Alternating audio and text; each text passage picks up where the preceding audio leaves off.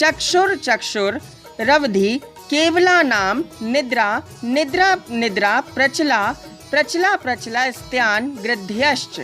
अर्थात ये दर्शनावरण के 9 भेद हैं। दर्शकों, अब जानते हैं चक्षु दर्शनावरण आदि किसे कहते हैं। जो चक्षु इंद्रिय द्वारा होने वाले सामान्य अवलोकन को ना होने दे वह चक्षु दर्शनावरण कहलाता है। जो चक्षु इंद्रिय के अलावा अन्य इंद्रियों से होने वाले सामान्य अवलोकन को ना होने दे वे अचक्षु दर्शनावरण कर्म कहलाता है।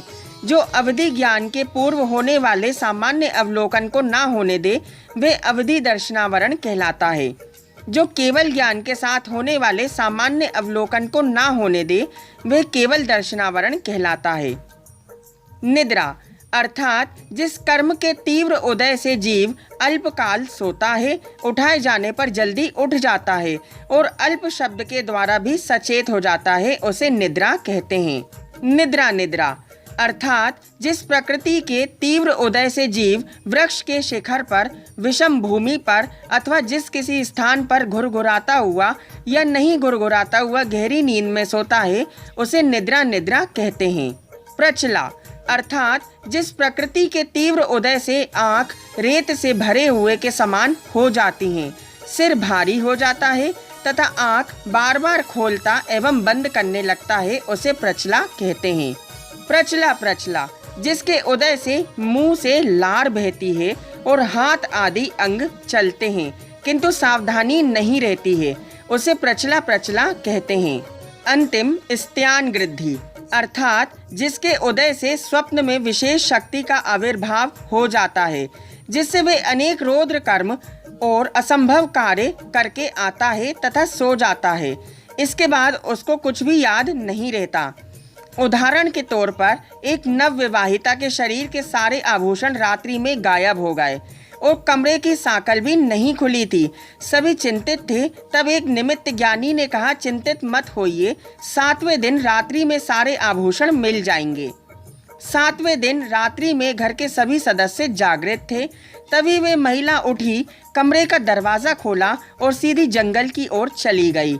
वहां एक भारी शिला जिसे 1000 व्यक्ति भी न मिलकर उठा सकें, उस शिला को उसने मात्र एक उंगली से खिसकाकर सारे आभूषण पहनकर उस शिला को जैसा का तैसा रखकर घर आ गई तथा कमरे का दरवाजा बंद कर पुनः सो गई। प्रातःकाल उससे पूछा, आभूषण कहाँ से आ गए? वे कहती है, मुझे याद नहीं है।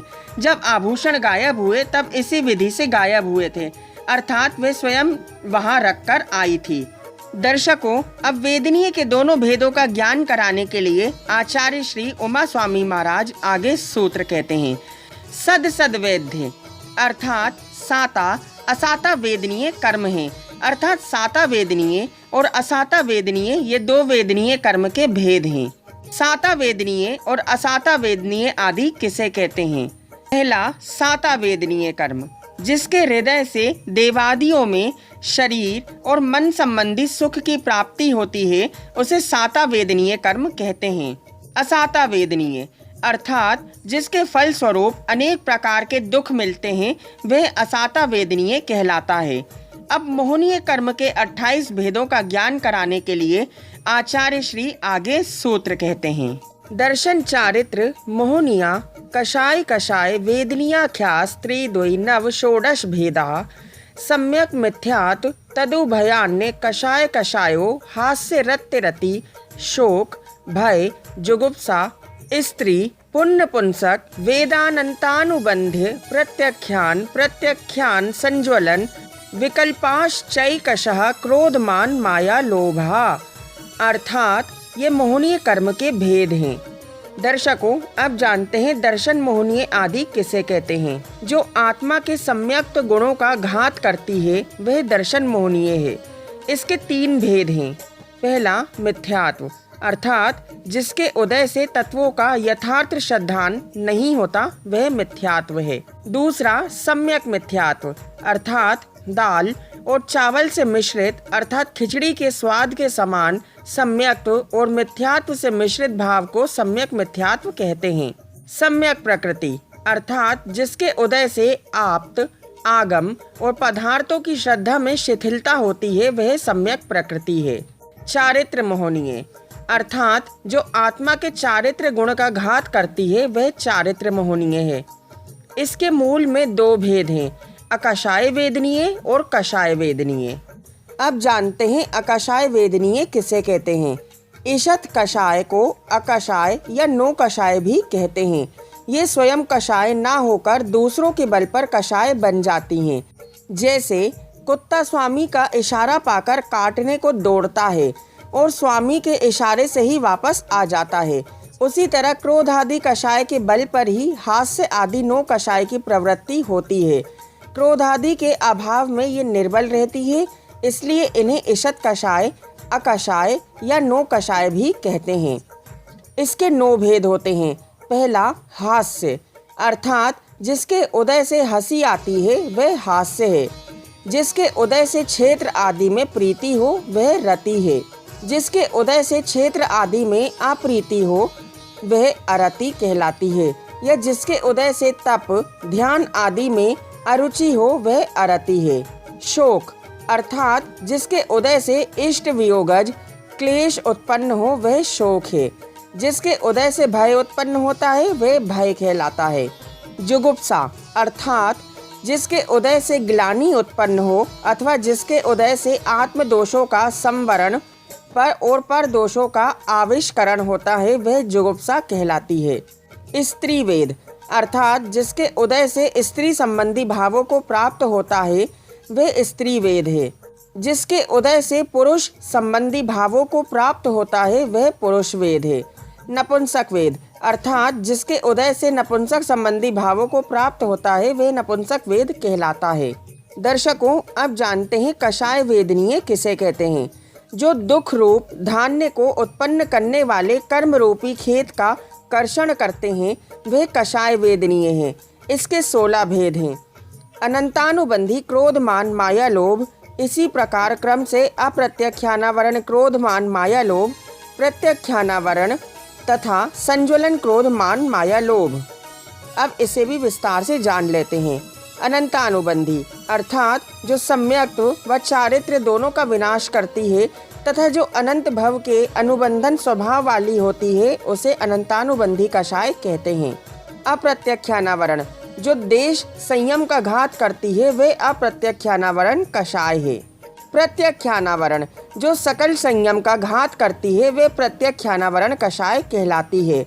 चौथी संज्वलन कषाय, जिस कषाय के रहते सकल संयम तो रहता है किंतु यथाख्यात संयम प्रकट नहीं हो पाता है, वह संज्वलन कषाय कहलाती है। कषायों का संस्कार काल कितना है। अनंतानुबंधी कषाय का संस्कार काल 6 माह से ज्यादा या संख्यात असंख्यात एवं अनंत भवों तक रहता है।